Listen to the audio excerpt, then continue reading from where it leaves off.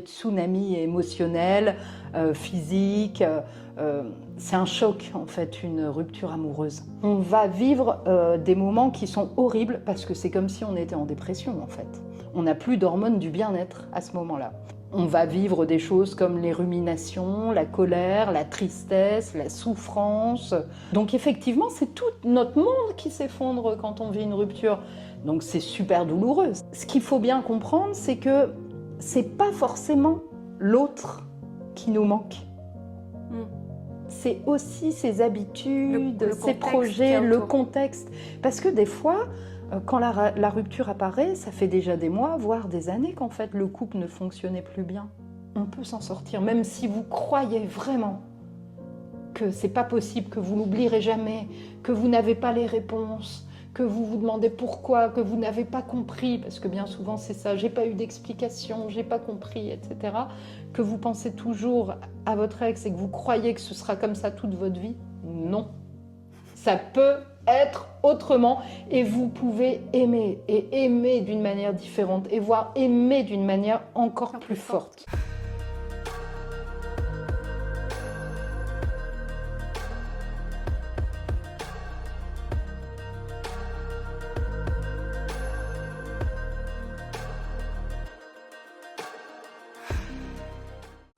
Écoute, merci Christelle, c'est la deuxième fois qu'on se voit. Aujourd'hui, on aimerait discuter d'un sujet qui revient énormément, puisque toi tu es coach en amour.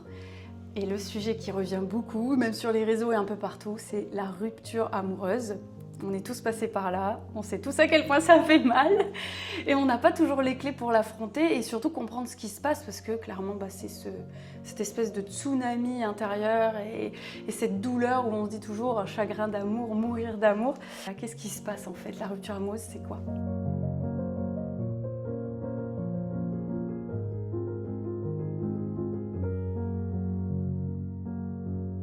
Ok, merci Chloé de me recevoir.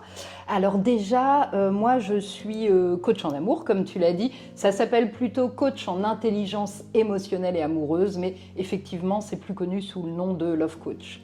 Et donc moi j'accompagne les célibataires à trouver l'amour, mais j'accompagne aussi les personnes qui vivent une rupture amoureuse pour effectivement qu'elles sortent de ce passage qui est super compliqué, et tu l'as très bien dit, c'est un vrai tsunami émotionnel, physique, c'est un choc en fait, une rupture amoureuse. Donc qu'est-ce qui se passe vraiment pendant une rupture amoureuse? La première chose, c'est que c'est corporel. C'est-à-dire que quand on est amoureux, quand on vit une belle histoire, il y a des hormones qui se développent en fait dans le cerveau, qui sont dégagées par le cerveau. Donc on a l'ocytocine, on a la sérotonine et on a la dopamine, qui sont en fait des hormones du bien-être. Il y en a une, c'est l'attachement, l'autre, c'est le bien-être, l'autre, c'est la récompense. Donc toutes ces hormones font qu'on est heureux, qu'on se sent en sécurité. Et quand arrive la rupture, qu'est-ce qui se passe? Le cerveau ne dégage plus ces hormones-là. Donc c'est un vrai choc hormonal en fait. Ça, il faut bien le comprendre. C'est vraiment dans le corps que ça se passe, dans le cerveau que ça se passe. Donc effectivement, on va vivre des moments qui sont horribles parce que c'est comme si on était en dépression en fait. On n'a plus d'hormones du bien-être à ce moment-là. Donc on va vivre des choses comme les ruminations, la colère, la tristesse, la souffrance, voilà, l'irritabilité, le stress, on ne va plus dormir de la nuit. Tout ça, c'est dû aux hormones en fait. C'est pas dû à l'amour qu'on a perdu. Oui. Pas tout de suite, en tout cas, dans un premier temps, il y a déjà ce côté physique qu'il faut prendre en compte. Ouais, parce que c'est une vraie dépression en fait. Hein. Tu te sens vraiment... Enfin, à ce moment-là, tu n'as plus de goût à rien. Tu te dis même, mais à quoi bon? En fait, à quoi bon vivre sans cette personne, sans... Voilà. Puis après, j'imagine qu'il y a d'autres choses qui rentrent en jeu. L'attachement, toutes ces choses-là. Alors évidemment, une rupture, c'est pas que physique non plus, même si c'est quand même la première chose et que ça, il faut bien le comprendre. Mais c'est aussi un monde qui s'effondre.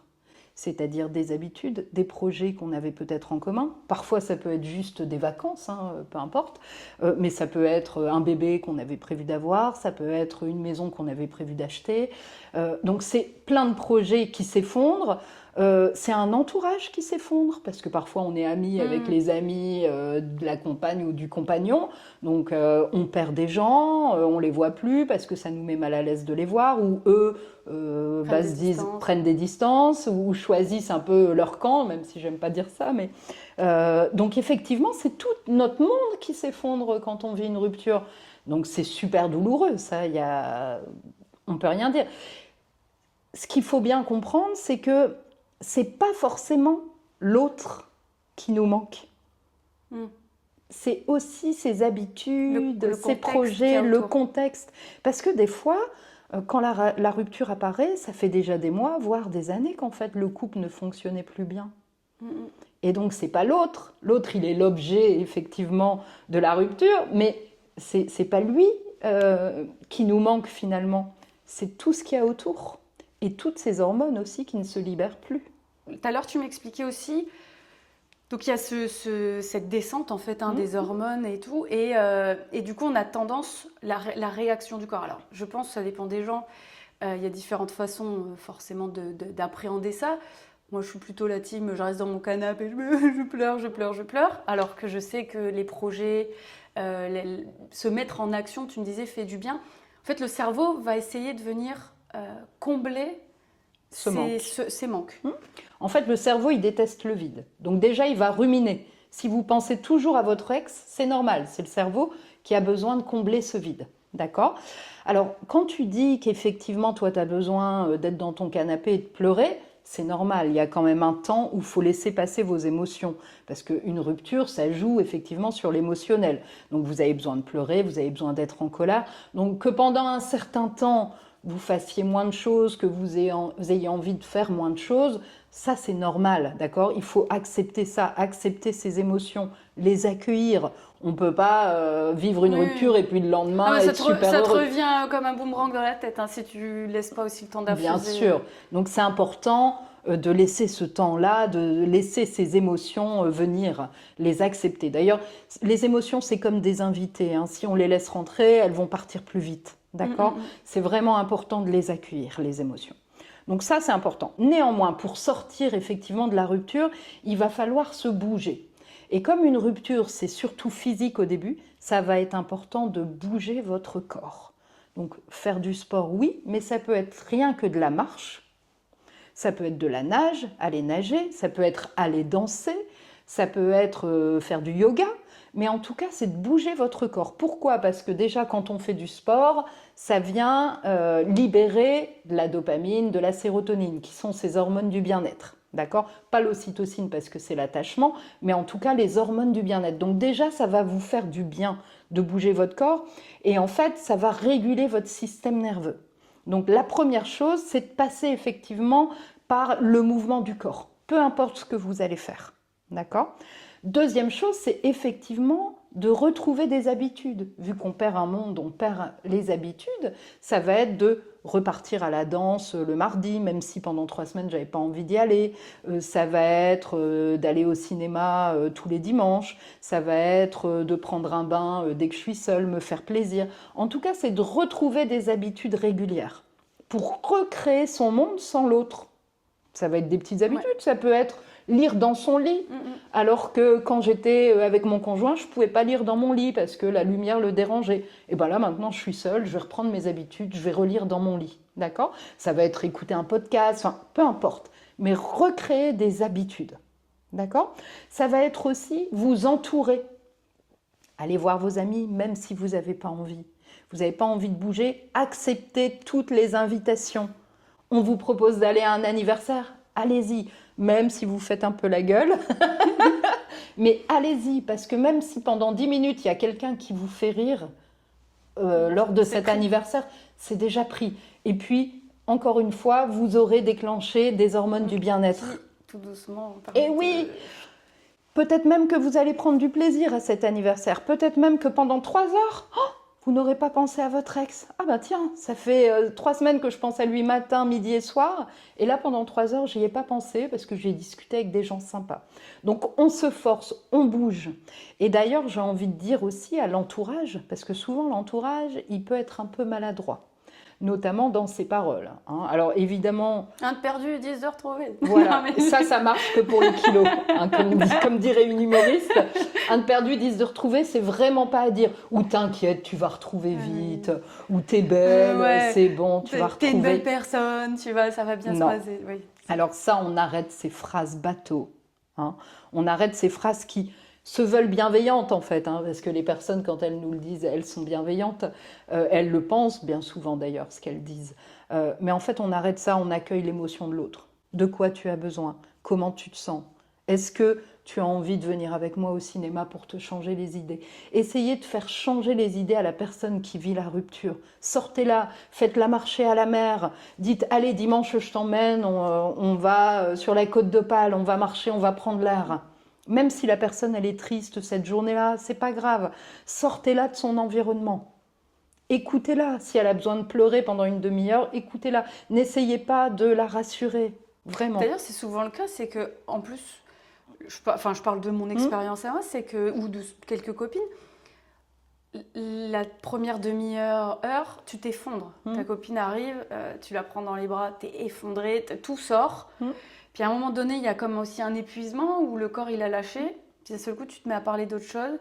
Et après, hop, ça se déroule. Et en fin de journée, tu te dis « Waouh, j'ai bien fait ». Ouais, tu as juste eu les premières minutes ou heures qui sont très compliquées. Mais les amis sont faits pour ça aussi, pour accueillir aussi les émotions. On est là aussi pour se confier, pour se soutenir quand on est amis. Donc qu'on pleure devant ses amis, c'est OK. Par contre, après, vous allez voir, et tu le dis bien, c'est qu'à un moment donné, les pleurs, elles s'arrêtent. Hein. Le corps, il ne va pas nous laisser pleurer comme ça. L'émotion, elle va s'arrêter. Et donc, évidemment, après, on peut peut-être passer un bon moment avec sa copine qui nous raconte un truc rigolo qu'elle a eu au travail, par exemple. Bah, ça vaut de l'or, en fait, d'être entouré. Donc, entourez-vous, même si vous avez envie de voir personne, faites l'effort, ça, c'est vraiment important. Et puis, après, mais ça se passe un petit peu... quand plusieurs semaines, voire plusieurs mois sont passés, on lance des nouveaux projets.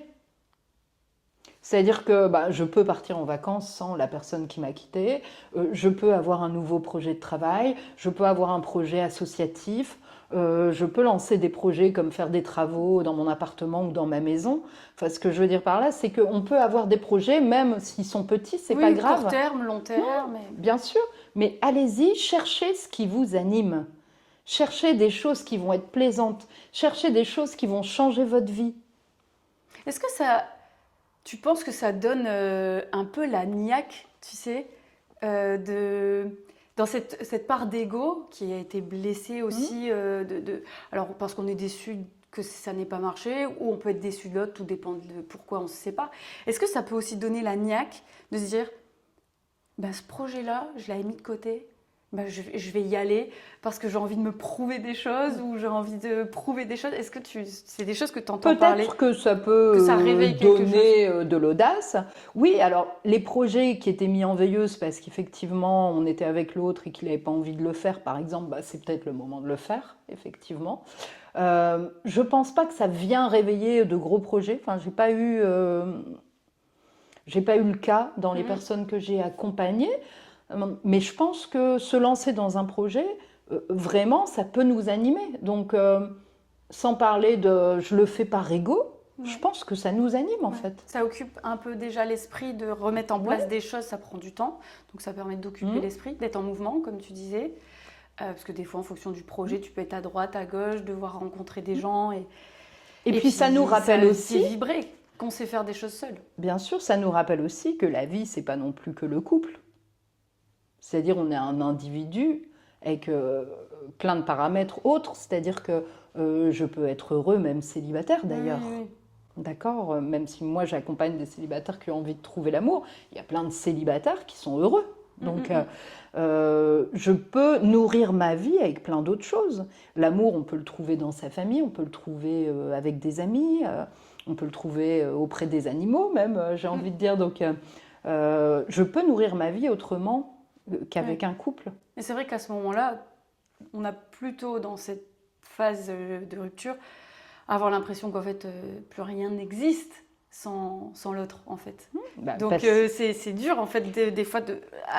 Le monde s'effondre. En fait, c'est dur au début, mais après, vous allez retrouver un équilibre. Le but, c'est de retrouver un équilibre. On ne va jamais redevenir la personne qu'on était avant, parce qu'on est une nouvelle personne, parce que parfois le couple nous a fait grandir, parfois le couple nous a aussi un peu blessés, peut-être qu'on a appris des choses dans le couple, on va devenir une nouvelle personne. Et donc, c'est pas se retrouver, moi j'entends beaucoup, oui, j'aimerais me retrouver. Ben, vous n'êtes pas perdu déjà, vous êtes toujours là, c'est juste que l'ancienne personne que vous étiez quand vous étiez célibataire, elle est passée en couple, elle a grandi, elle a mûri, elle est devenue autre chose. Là, vous allez devenir une nouvelle personne. Mais vous n'allez pas vous retrouver comme avant. Ben non, vous ne pouvez pas effacer 5 ans, 6 ans, 10 ans de votre vie. Mais par contre, vous allez faire attention à vous, vous allez prendre soin de vous, vous allez trouver ce qui vous anime et vous allez faire votre vie à votre mesure, comme vous aimeriez qu'elle soit. Et il peut y avoir d'ailleurs un nouvel amour dans cette nouvelle vie, mais qui doit venir quand même après une période de deuil. Ouais. D'ailleurs, dans les périodes de deuil, on parle souvent de toutes ces étapes. Alors, on a, je sais, la colère. On va rappeler quand même. Alors, il y a quand même un ordre, bien que selon les personnes, elles peuvent se faire dans le désordre, ces étapes. Mais néanmoins, normalement, il y a le choc. Ça, c'est quand même la première étape.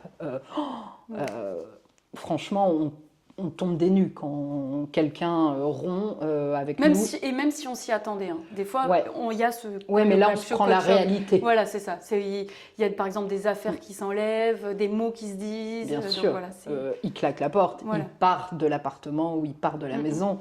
Enfin, là, c'est réel. D'accord ? Donc, oui, on se prend un choc, on se prend un mur dans la figure. Ça peut durer un certain temps. La deuxième étape, c'est le déni. C'est-à-dire que je ne veux pas croire que c'est fini. C'est-à-dire que, mais non, mais il va revenir. En plus, il suffit qu'il y ait des amis qui nous disent non, mais en fait, il t'aime, il va revenir. Alors là, ça entretient votre déni. Il est triste, tu ne peux pas faire sans toi. Et d'ailleurs, regarde vos projets. Peut-être que c'est vrai, il t'aime vraiment, mais il est parti pour d'autres raisons, mais peu importe. Mais du coup, on reste un peu dans ça, c'est pas possible, c'est pas possible. Je vais tout faire pour le récupérer, par exemple.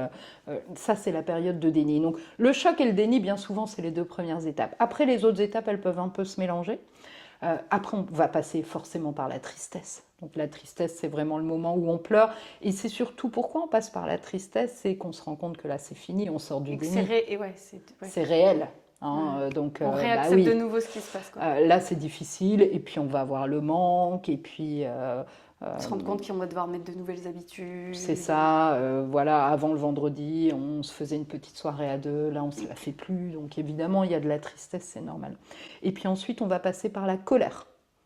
Alors attention, tristesse, colère, ça peut se mélanger des fois, selon les individus évidemment. La colère, là c'est la colère contre l'autre, c'est-à-dire de toute façon il était comme ci, il était comme ça...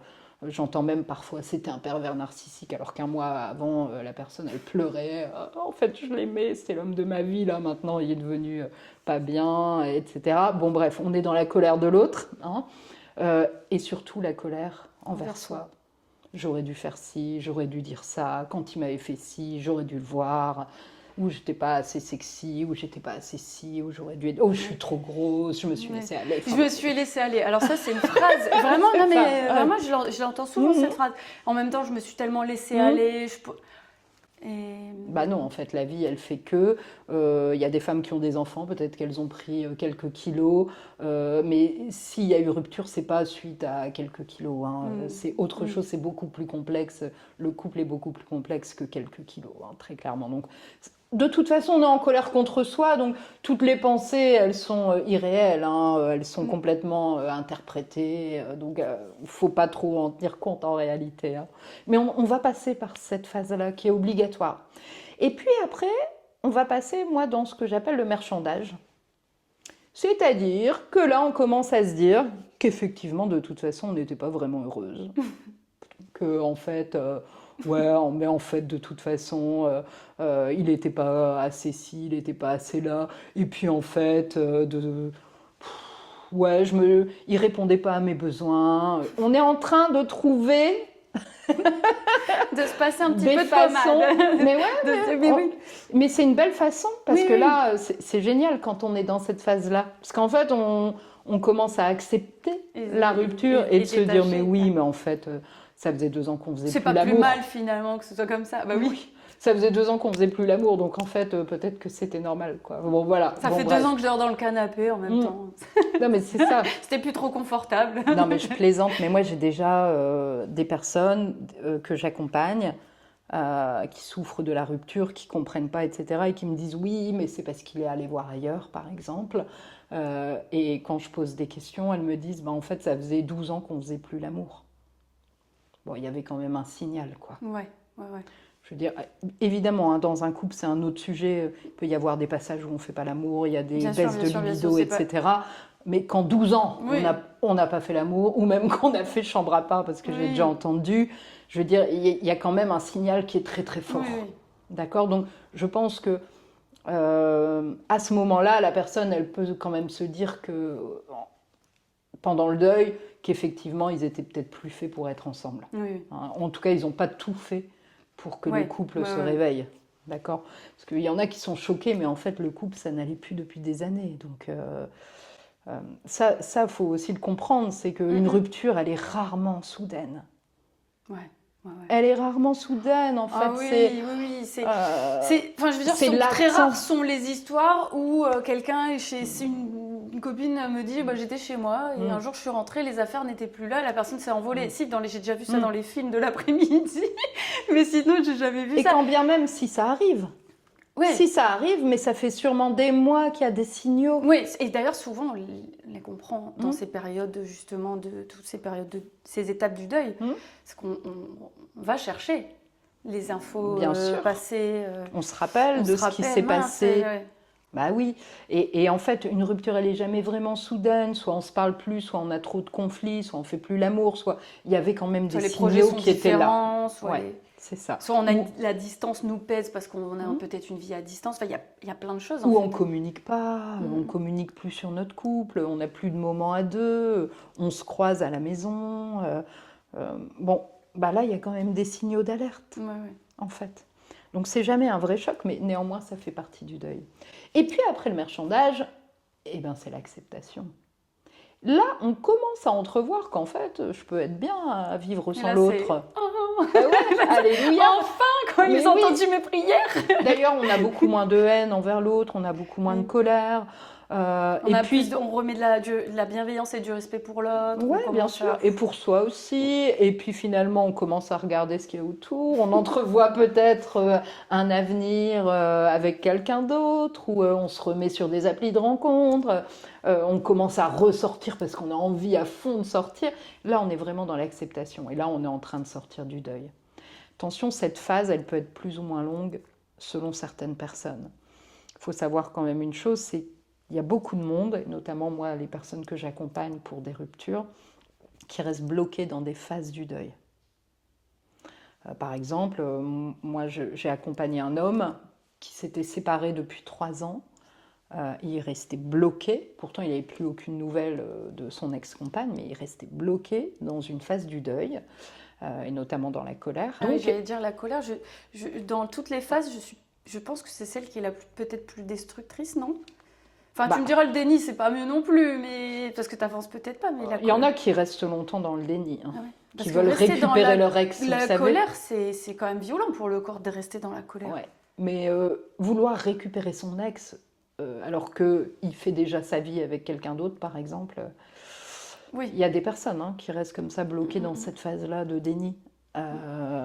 C'est douloureux. Je peux vous dire, samedi, j'ai rencontré quelqu'un lors d'une soirée que j'organisais. Et ça faisait 4 ans qu'il n'était plus avec sa femme, et elle est avec quelqu'un, et il me dit, c'est ma première sortie depuis 4 ans, mais je pense que ma femme, elle m'aime encore, j'ai envie de la récupérer. J'avais envie de lui dire, alors c'était pas le lieu, mais j'avais envie de lui dire, elle est avec quelqu'un, elle vit sa vie, elle est amoureuse, ça fait 4 ans que c'est terminé, vous êtes bloqué dans une phase du deuil. C'est difficile, mais c'était la réalité. Oui, parce il espère toujours quelque chose. Bien sûr. Alors après, Et Je ça, dis c'est hyper toujours, douloureux. Hein. on ne sait pas de quoi l'avenir est fait. Mm. On a déjà vu des amours, ils ont plus de contact pendant 4 ans. Un jour, ils refusionnent, ils se revoient, machin et tout. Mais il faut avancer en ouais, attendant. mais là, je vais dire, voilà. C'est que ces personnes-là qui se retrouvent, bien souvent, elles ont fait leur vie. Ouais, ils ont fait toutes les Et à un phases du moment, deuil. elles se retrouvent. Et C'est pas un des deux qui court derrière Ouais, non, l'autre c'est ça. ou qui attend et Ouais. qui fait pas sa vie. Oui, c'est ça. Ça marche pas comme ça. Ah D'accord? non. Bien sûr qu'on ne sait pas, il y a des ex qui se remettent ensemble, c'est quand même très rare. Hein, C'est vrai. ouais, là, non, mais là, on parle des légendes urbaines. Je le précise parce que je veux pas que les gens qui nous regardent, ils se disent, Ah oui, ouais, je vais attendre mon ex, parce qu'il y en a trop qui attendent leur ex. Franchement, moi, j'ai mal au cœur quand je vois ça. bah oui, non, mais- Il y en a énormément qui En fait, restent ils bloqués. mettent sur pause. Hein. Mais ils mettent leur vie sur pause. Et bien du coup, sûr. ça se ressent à tous les niveaux. Hein. Parce que ça s'impacte l'amour, ça s'impacte dans notre quotidien, Bien dans sûr. notre travail, dans tout. Quand tu appuies sur pause, Et dans leur joie, dans leur vie, dans Ouais. leurs projets. ouais. Ah, donc mais ça c'est très douloureux. Mais la colère, pour revenir aux étapes dans lesquelles on peut rester bloqué, la colère évidemment c'est douloureux de vivre de la colère, surtout contre soi. On peut même avoir des maladies hein, quand on est vraiment en colère contre soi. Donc bien sûr c'est douloureux, mais l'attente du retour de l'ex c'est aussi dramatique, hein, vraiment, parce que ça fait tomber des personnes en déprime, en dépression. Donc c'est pas bon. De toute façon, rester bloqué dans une phase du deuil, il faut se faire accompagner, que ce soit par un psychologue, un psychiatre, une thérapeute, peu importe, une coach en amour, évidemment, mais il ne faut pas rester bloqué comme ça des années. Et donc moi, le client que j'ai accompagné, là il a retrouvé quelqu'un, mais je peux vous jurer que quand il est venu me voir la première fois, il ne dormait toujours pas de la nuit, alors que ça fait 3 ans qu'il était séparé. Il ne dormait pas de la nuit tellement il pensait toujours à son ex. Et il ruminait. Et toute la journée, il y pensait. Pourtant, il a un job, il est chef d'entreprise, enfin bref. Donc vraiment bloqué dans cette étape. Et là, il a retrouvé quelqu'un après l'accompagnement, enfin pendant l'accompagnement même, mais il ne pense même plus une seule seconde à son ex. Pourquoi j'explique ça? Pas pour dire mon accompagnement, il est super, hein, c'est pas ça. Pourquoi j'explique ça? C'est qu'au moment où il est venu me voir, il pensait que c'était impossible de ne plus penser à son ex. Pour lui, c'était sa vie. Je peux vous jurer que maintenant, c'est plus le même homme.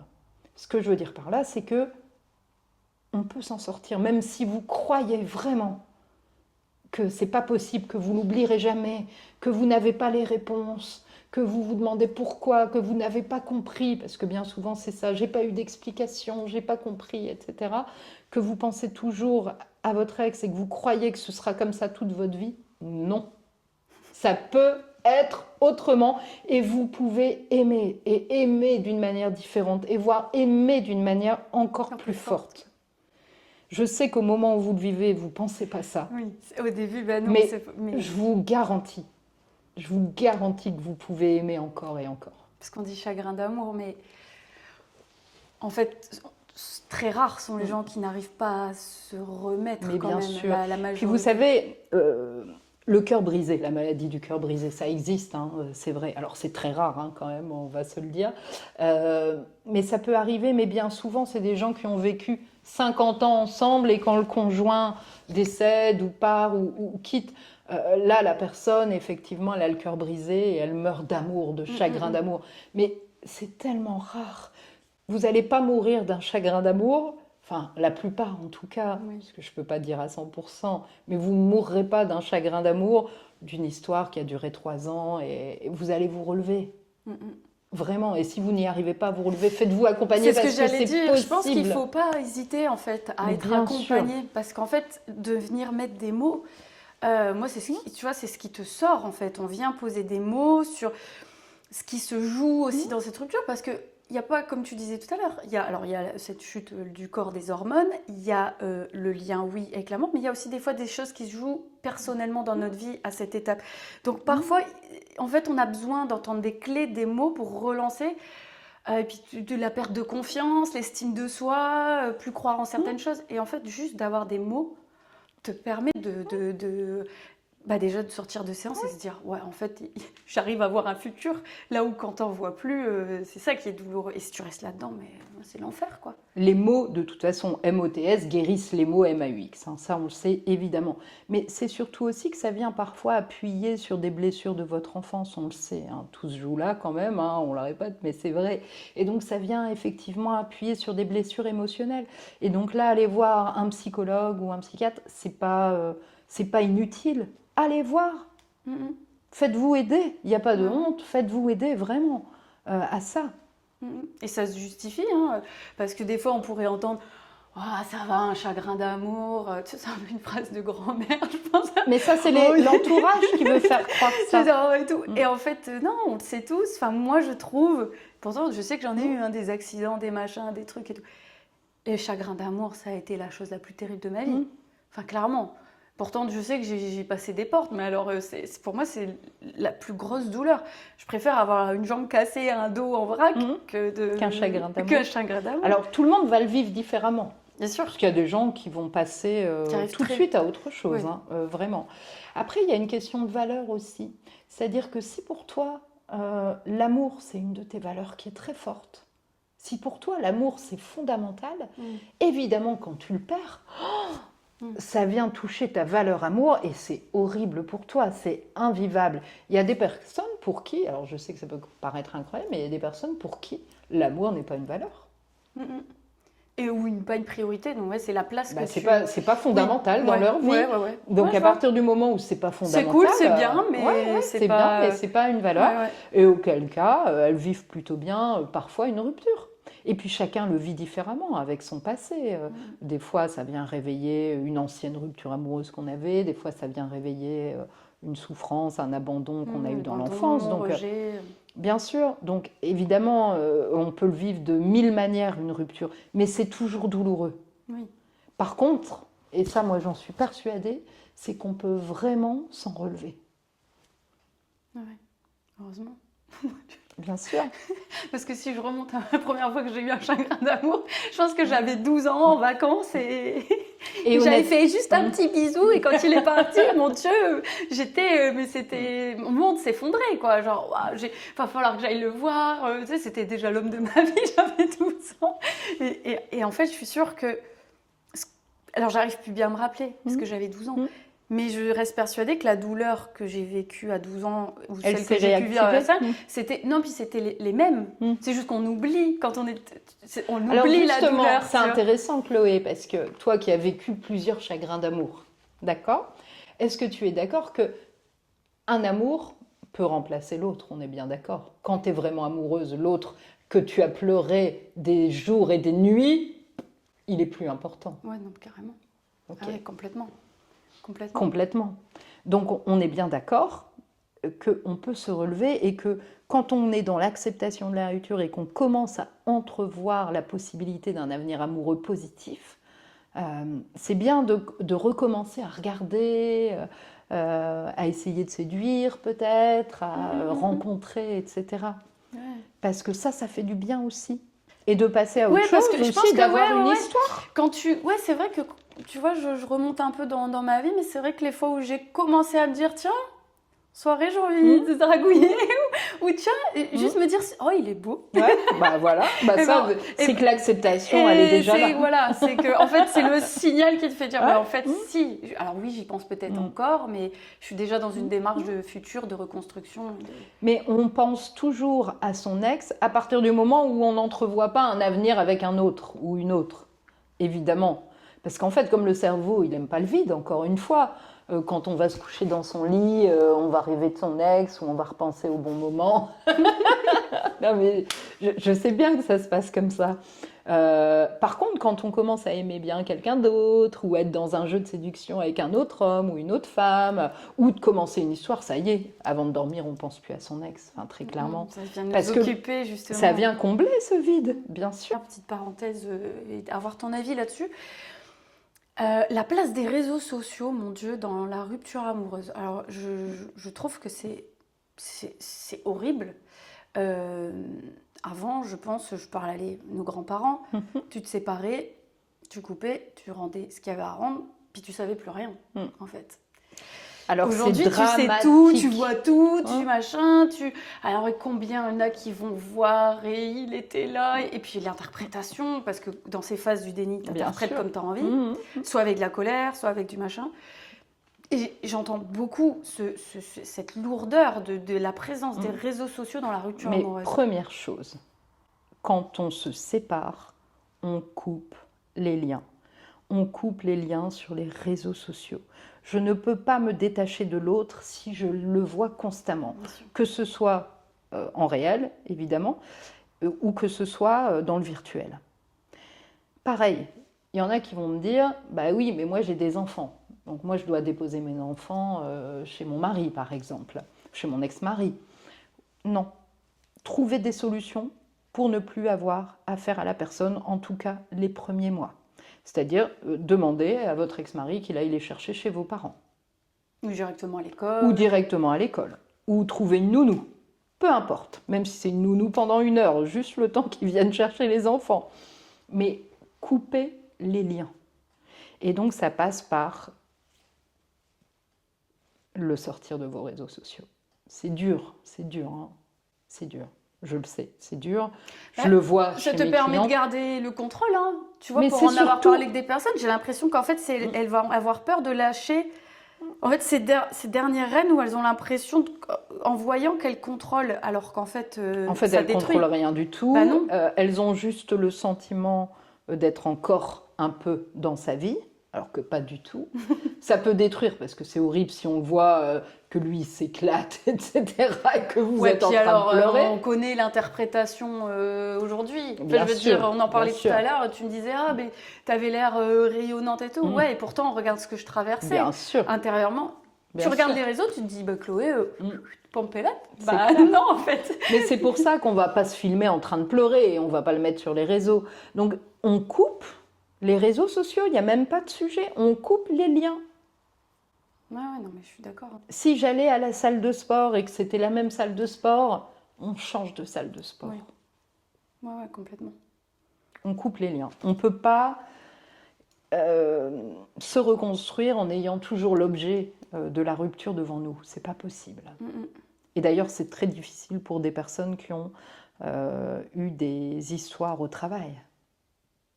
Parce que quand ils sont obligés de voir le collègue tout le temps, voire pire, le manager tous les jours... Et ça, et ça, dans le meilleur des cas, ça se termine bien. Ouais. Mais c'est dur. Mais imagine, ça se termine pas bien. Bien sûr, Parce ça que, arrive. Enfin, je veux dire, toutes les relations ne se terminent pas correctement. Hein, mais bien sûr. Donc, t'imagines au travail, les risques aussi que tu peux prendre d'un Bien point de vue de sûr. ton travail. Donc moi, je conseille toujours, on va dans une relation au travail que si on est vraiment sûr déjà que ça va être une belle relation. Hein. Parce que sinon, c'est Et qu'il se passe compliqué à quelque gérer. chose qui vraiment dépasse peut-être. Ouais. Et puis on prend le temps, on connaît l'autre et on se lance dans l'histoire que s'il y a possibilité, parce que sinon, lors de la rupture, c'est très difficile. Même si on n'est jamais à l'abri. Hein, oui, on en peut tout pas cas, contrôler tous les facteurs, hein, mais oui, je suis parce d'accord. qu'une fois qu'il y a rupture et qu'on a l'autre face à soi tous les jours, c'est compliqué. Non, je me doute. Écoute, ça m'est jamais arrivé. Et ça arrive, hein, parce qu'il y a beaucoup de couples qui se font au travail. Donc, Ah bah oui, ça reste un lieu de rencontre. Tu ça rencontres reste les un gens lieu de dans ton rencontre. cercle de ce que tu fais. Hein, Alors, c'est plus vrai de nos jours, mais à l'époque, il y a 15 ans, 40% des couples se rencontraient au travail. Oui, bon, c'est beaucoup moins maintenant avec les réseaux avec les applis, les machins. et les applis. Et est-ce que tu aurais un dernier petit mot de la fin sur cette rupture? À part dire, vous allez vous en sortir et ça va aller. Ouais. Vous faire aider. Je dirais que moi, c'est le truc qui me viendrait aussi. Se faire accompagner. Se faire accompagner. Ouais, bien sûr. Mais surtout, retrouver des choses qui vous animent. Vraiment. Remettez de la joie dans votre vie. Allez chercher vraiment ce qui vous procure de la joie. Si ça doit passer par un changement de travail, faites-le. Hein. Posez-vous les bonnes questions, faites un bilan de compétences, enfin je ne sais pas, mais retravaillez des projets qui vous animent. Et puis, ça peut être reprendre la peinture, commencer des cours de guitare, peu importe, faites-vous plaisir, changez-vous les idées, c'est la base. Et puis, bougez. Ouais. Marchez, allez marcher, les bienfaits de la marche. Oui, oui. Allez marcher si vous n'êtes pas sportif. Si vous êtes sportif, c'est super, faites autant de sport que vous le souhaitez. Mais si vous n'êtes pas sportif, allez au moins marcher, marcher, marcher. Vous allez voir l'effet que ça a sur votre cerveau. Bah écoute, merci beaucoup. Merci, J'ai encore Chloé. appris plein de choses. Merci à toi.